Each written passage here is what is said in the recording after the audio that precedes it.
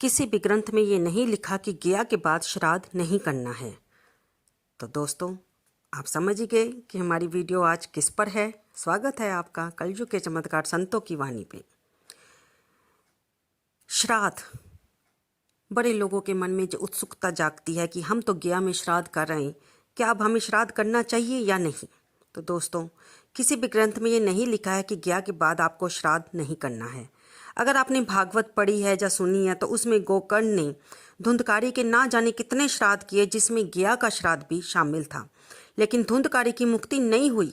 तब अंत में उनकी मुक्ति भागवत कथा सुनने से ही हुई। पहले तो प्रश्न ये आता है कि हम श्राद्ध क्यों करते हैं। तो इसका उत्तर ये है कि हम अपने सुहृदय परिजनों की मुक्ति के लिए श्राद्ध करते हैं, जो हमें छोड़कर इस दुनिया से चले गए हैं। जब गया श्राद्ध में भी हमारे प्रियजन मुक्त ना हो पाए तो हमें ये कौन बताएगा कि वे वास्तव में मुक्त हुए हैं या नहीं। इसलिए गया श्राद्ध के बाद भी हमें ये पितृकर्म जारी रखना चाहिए। यदि वे परिजन मुक्त हो भी गए हैं तो भी वे देवता की श्रेणी प्राप्त कर चुके हैं। अब जब आप उनके लिए ये कर्म करेंगे तो वे भी अप्रत्यक्ष रूप से देवों की तरह आपको आशीर्वाद देंगे और आपकी सफलता एवं उन्नति में आपकी सहायता निरंतर करते रहेंगे। चूंकि आपके कर्म उन्हें यह विश्वास दिलाते हैं कि उनके मृत्यु लोक को छोड़ने के बाद भी उनके परिवारजन उन्हें याद करते हैं, उन्हें मिस करते हैं, उनकी कमी को महसूस करते हैं। इसलिए समय समय पर उन दिवंगत सदस्यों को अपनी तरफ से खुश करने का उपक्रम करते रहना चाहिए। अब ये देखिए कि ये कर्म आपके लिए किस प्रकार से फलदायी और लाभकारी सिद्ध होते हैं। आप उनका श्राद्ध करके उनकी खुशी की कामना करते हैं, जिससे वे आशीर्वाद स्वरूप संपन्नता प्रदान करते हैं। यदि आपके पितृ मुक्त भी हो गए हैं तो भी वे आपको देव की तरह वरदान देकर आपके परिवार को सुखी और समृद्ध बनाते हैं, क्योंकि आपका परिवार उन्हीं के द्वारा ही तो इस दुनिया में लाया गया है। यदि उन्होंने किसी अन्य देव भी धारण कर ली है तो आपके कर्म उनको हर तरह से समृद्धि प्रदान करते हैं। जैसे मान लो, यदि आपका परिजन किसी गाय के शरीर को धारण करता है तो आपके ये कर्म उनके उस शरीर में भी खाने पीने से लेकर रहने पलने परोसने में भी सहूलियत प्रदान करेगी। यानी उस शरीर में भी उन्हें खाने पीने या निवास के लिए संघर्ष नहीं करना पड़ेगा। और यदि मनुष्य रूप में उनका जन्म हुआ है तो आपके ये पितृकर्म उनकी विपत्ति में सहायक होंगे। उन्हें जीवन में संघर्ष कम करना पड़ेगा। परिणाम दुआएं तथा भगवान की कृपा बरसेगी ही। आपने देखा होगा कि कभी कभी इंसान किसी परिस्थिति में बुरी तरह फंसा होता है, लेकिन अचानक कोई अन्य उसकी सहायता करता है कि वो एक झटके में से ही उस परिस्थिति से बाहर निकल जाता है। ये इन श्राद्ध का प्रभाव होता है, जो उस दिवंगत व्यक्ति के लिए हम अभी तक करते आ रहे हैं, और इसका परिणाम केवल आपके परिवार के दिवंगत सदस्य पर ही नहीं पड़ता, बल्कि जो परिवारजन इस समय दुनिया में रह रहे होते हैं उन पर भी पड़ता है। जो श्राद्ध तर्पण जैसे कर्म उनके लिए लगातार किए जा रहा है, ये उन पर पितरों का अनुग्रह होता है, जिसके द्वारा ये पूरा परिवार बहुत सी आफतों से अचानक ही उबर जाता है, जिसमें कहीं से भी अचानक धन प्राप्त होना, लॉटरी लग जाना जैसी घटनाएं होती रहती हैं।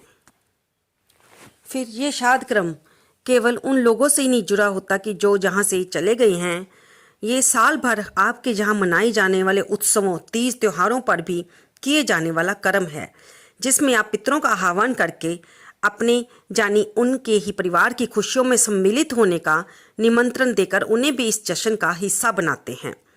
ऐसे में वे आपसे प्रसन्न होकर अपने ही परिवार की सुख समृद्धि का वरदान देते हैं।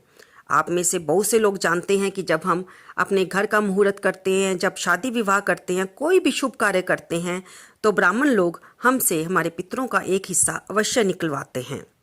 यह प्रक्रिया केवल उन्हीं पितरों के लिए नहीं है जो कुछ समय पहले आपसे बिछड़े हैं, बल्कि उन पर भी कार्य करती है जो देवतुल्य होकर पितृलोक में निवास कर रहे हैं।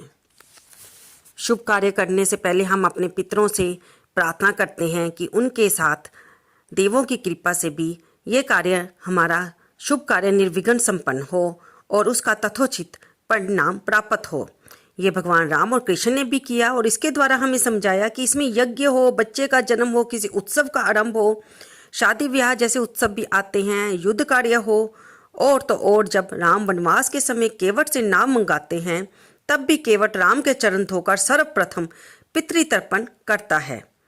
तुलसीदास भी लिखते हैं कि यदि संपन्नता चाहते हैं, सफलता चाहते हैं और घर में खुशहाली चाहते हैं तो अपने सबसे पहले अपने देवतुल्य पितरों का सम्मान कीजिए और उनका समय समय पर श्राद्ध तर्पण आदि लगातार करते रहिए, क्योंकि ये वो देव हैं जो आप ही के घर के लोग हैं। वे आपके बुलाने से, आपके द्वारा दिए गए सम्मान से तुरंत प्रसन्न हो जाते हैं और उन्हें अपने ही परिवारजनों को आशीर्वाद या वरदान देने के लिए सोचना भी नहीं पड़ता। जैसे वे पहले परिवार के लिए समर्पित थे, मरणोपरांत भी वे समर्पित ही रहते हैं। इसलिए केवल ज्ञा श्राद्ध ही काफ़ी नहीं है। ज्ञा श्राद्ध पितृकर्म में आवश्यक जरूर है, परंतु उसके बाद अपने पितरों को भूल जाना ये सही बात नहीं है, क्योंकि वही आपके बीच बसे पहले देव हैं जिनका आशीर्वाद तुरंत फलित होता है और उसके संकेत भी मिलते हैं। श्राद्ध का क्या अर्थ है? सबसे पहले तो हमें ये जाने, श्राद्ध का अर्थ है श्रद्धा, जो हम अपने घर के पितरों के लिए, जो कि इस समय हमारे साथ नहीं रह रहे, इस दुनिया से जा चुके हैं, हमारे उनके प्रति क्या भाव है इस पर निर्भर करता है। इसी के लिए हमने कुछ दिन साल में रखे हैं जिनमें हम ये मानते हैं कि इन श्राद्ध के दिनों में सभी के पितर इस धरती पे आते हैं और अपने अपने परिवार से सम्मान पाने की इच्छा रखते हैं। इसलिए सत्कर्म करके उन्हें तर्पण करें। तर्पण का अर्थ होता है अपना तप अर्पित करना। इसलिए सत्कर्मों से तप अर्जित करें और अपने पितरों को, क्योंकि वो भी यही तो चाहते हैं कि उनकी संतान इस लोक में अच्छे कार्य मिले करे, तो हमें अच्छे कार्य करते हुए अपने पितरों को तृप्त करना है। पितृपक्ष का आरंभ भाद्रपद पूर्णिमा से हो जाता है। आश्विन माह का प्रथम पखवाड़ा, जो कि माह का कृष्ण पक्ष भी होता है, पितृपक्ष के रूप में जाना जाता है। हिंदू धर्म के अनुयायी अपने दिवंगत पूर्वजों का स्मरण करते हैं, उन्हें याद करते हैं, उनके प्रति अपनी श्रद्धा प्रकट करते हैं। उनकी आत्मा की शांति के लिए स्नान, दान, तर्पण आदि किया जाता है और पूर्वजों के प्रति श्रद्धा प्रकट करने के कारण ही इन दिनों को श्राद्ध भी कहा जाता है। हालांकि विद्वान ब्राह्मणों द्वारा कहा जाता है कि जिस तिथि को दिवंगत आत्मा संसार से गमन करके गई थी, आश्विन मास के कृष्ण पक्ष की उसी तिथि को पितृ शांति के लिए श्राद्ध क्रम किया जाता है। अगर हम उन तिथियों को भूल गए हैं तो पितरों का अलग अलग श्राद्ध करने के बजाय सभी पितरों का एक दिन भी हम श्राद्ध कर सकते हैं, जो कि हमारे शास्त्रों में विधान बताया गया है।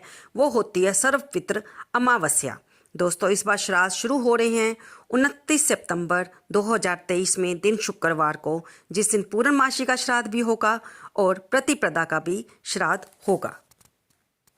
आपके पितरों के जिस जिस दिन श्राद्ध बनते हैं, सुबह उठकर गायत्री मंत्र का जाप करते हुए सूर्यदेव को जल अर्पित करें। श्राद्ध के लिए बनाए गए भोजन से पंच बलि अर्थात गायें, कुत्ते, कौवे, देव और चींटियों के लिए भोजन का अंश निकालकर उन्हें देना चाहिए। फिर पितरों से मंगल की कामना करनी चाहिए। ब्राह्मण को या किसी गरीब जरूरतमंद को भोजन करवाना चाहिए और सामर्थ्य अनुसार दान दक्षिणा देनी चाहिए। हो सके तो आप वस्त्र का दान भी कर सकते हैं। संध्या के समय 2, 5 अथवा 16 दीप प्रज्वलित करने चाहिए। पीपल में पितरों का वास माना जाता है और शाम को पीपल पर सरसों के तेल का दीपक अवश्य जलाएं। कुछ लोगों का मान्यता है कि क्यों जरूरी है श्राद्ध देना। अगर पितृ रुष्ट हो जाएं तो ऐसा माना जाता है दोस्तों कि मनुष्य को जीवन में कई समस्याओं का सामना करना पड़ता है। पितरों की अशांति के कारण धन हानि, ग्रह क्लेश, आर्थिक समस्या, मंगल कार्य में अड़चन जैसे शादी, विवाह, शुभ कार्य और संतान पक्ष से समस्याओं का भी सामना करना पड़ता है। संतानहीनता के मामलों में ज्योतिषी पितृदोष को अवश्य देखते हैं। ऐसे लोगों को पितृपक्ष के दौरान श्राद्ध करने की सलाह दी जाती है। तो दोस्तों, उम्मीद है ये वीडियो आपके लिए लाभकारी सिद्ध होगी। कल शुक्रवार से श्राद्ध शुरू होने जा रहे हैं। आप अपने पितरों के श्राद्ध नियत तिथियों पर ब्राह्मण से पूछकर कर सकते हैं। मेरी भी अगर राय पूछी जाए तो यही मेरी पर्सनल राय है कि हमें अपने पितरों के निमित्त कोई ना कोई दान अवश्य करना चाहिए।